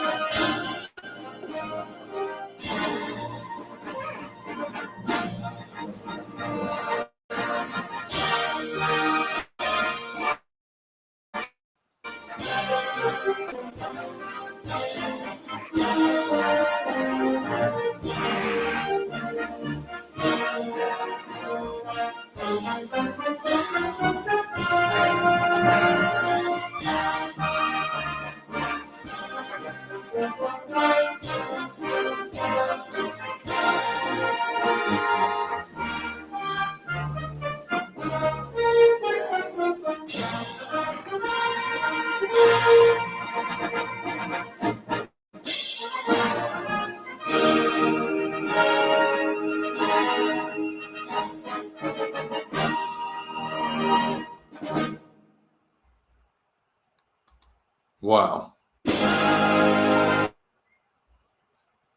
Okay, so that was from Patriotic Archive, which is a great channel. Go and check it out. And the ship in that thumbnail was the last and best British battleship, the last, best, and largest British battleship, HMS Vanguard, a superb ship that was just too late for World War II. People have asked me to delete the stream. I'm not going to do that. Look, if we get deleted by YouTube, fuck YouTube, basically. Honestly, like we're on other places, and I've given you links to those. Go and turn on to us there, and the miserable fucks who stay on YouTube and stay on YouTube. I'm not going to lie about things. No one's asking you to lie, but you can just bleep it out. No, I'm not going to even believe anything else. I'm sorry. No. People tell me I'm a moderate all the time. Oh, you're a true moderate. You don't do this. You don't do that. No, sorry, man. What did I say on this stream that you think I should bleep out? I'm not repeating it while the stream is still running. But you think there were things I should bleep out on this stream? Yes. About what? I'm not telling you while the stream is live. I don't Right, know why I have to but it was that. something to do with little English school. Yeah, let's not go over that subject again. Yeah, right. Okay, fair enough. Sorry, not going to do that. If I get yeeted off. Are we finishing this? Yeah, I'm beginning. You can leave anytime you want, mate. I never insist anyone else like sits around with me. But yeah, I thought we just told the truth. I don't know if you thought we didn't. I keep saying that's not the issue. That no one even mentioned truth. It's a very boomerish concern. You think? Well, maybe it is. I don't know. I mean, look, I just try and tell the truth as I see it. And all my violence is in Minecraft, of course. But apart from that, how can a society exist? Are we finishing up? You've played the outro and everything. Yeah, you can leave if you want, mate. It is really late here, so I am going to leave. All right, go on. All right, Thank you very much. Thank you very much for joining us, as always. Look, I just feel a society that doesn't look after little schoolgirls is probably bloody finished, to be honest with you. If YouTube doesn't like that, then I don't know. I'll just go to a smaller channel and say the same thing. Maybe that's all they want. I don't know. Thank you very much to Adamant for joining us, and for Mitch for joining us, and earlier on for crikey, what's his name? Horace for joining us. Sorry, I've forgotten. I knew it was Egyptian. I just couldn't remember what it was. Right. Yeah. On that note, I'll see you later. Yeah. Go well, mate. Go well. Thanks, guys. We'll be back next week. Although, actually, if YouTube doesn't ban us, I'll probably be back before that, because I'm going to start doing 2 streams a week. So we'll see. But I don't care if I'll do it on YouTube or I'll do it on all this, whatever. So go on. Anything you wanted to plug, Mitch? Oh, I uploaded my Twitter earlier. So. Yep. All right. No worries. Go well, guys. And once again, congratulations to Mr. Chris Gard and his good lady wife on their fine little baby door. Go well.